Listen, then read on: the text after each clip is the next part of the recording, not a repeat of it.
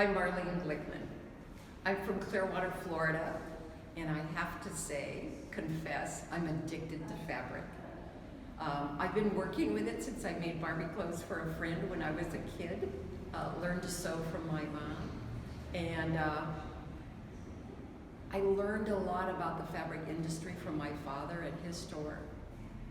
And once I had kids and they wanted comfort blankets, I started doing fabric. Unfortunately, I don't like repeat patterns, and so I just kind of went off on my own and have been going that direction ever since then. For a while, I was working full-time at a computer company, and I found myself getting rather nasty when I was asked to make dinner at night because I hadn't been into the studio to touch fabric. And I decided I had to handle that. I normally work 6 by 8 feet, but that takes a while to finish a piece. So I was also challenged at that time with combining color. And so I decided I would work monochromatically for a year. And I randomly picked yellow for January. I gathered everything in my studio that was yellow, put thread in the machine that was yellow, collected pens, pencils, Sharpies, paints that were yellow, and I started my journal. And I went to the hallway and I measured the width of the hallway, the height of it, and divided it by 365. And every piece had to be, if I did it daily, 5 inches square. I had never worked that small before. That was a challenge in a change of perspective. But I had a box of yellow on my design table, and every day I'd go into the studio, whether it took me 15 minutes or on the weekend 3 hours, and I would pick up a piece of fabric. I'd audition other fabrics with it for contrast, because working monochromatically, you have to get contrast with lights and darks, prints and solids. And when I found a design I like, it was like, okay, now how do you make the design stick together? And more of that I'll cover in the workshop I'm teaching at Florida CraftArt in April.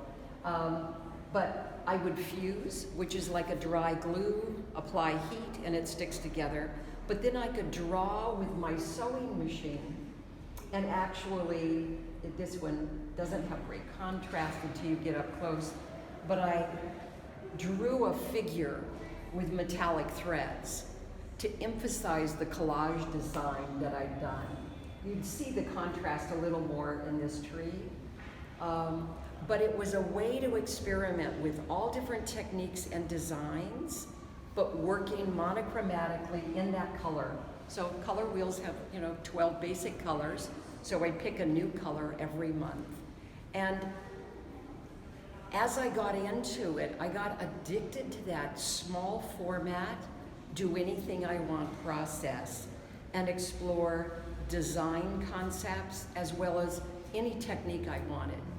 When I had my first year of 24 panels, 8 foot long, at the Florida CraftArt Gallery, people would either say, can I fit that in my home, or could I just buy one panel?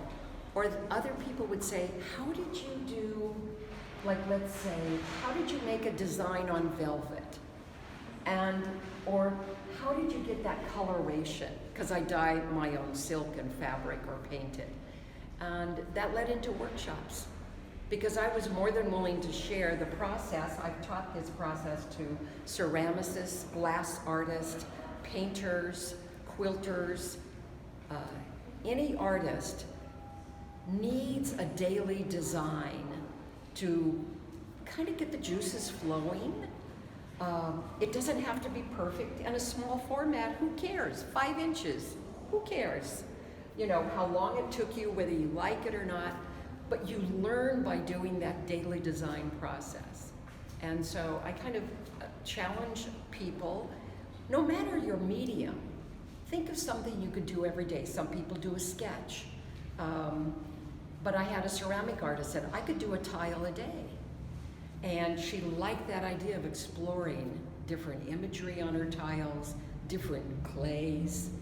So it works in any medium, not just fabric. And so if you want to know more, April 18th, I'll teach a workshop all day at Florida CraftArt.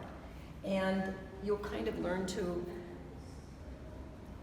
validate your own creative spirit and how to encourage it so you don't have that critical voice inside your head saying you did it wrong or you shouldn't do it that way, which nobody needs in life at all.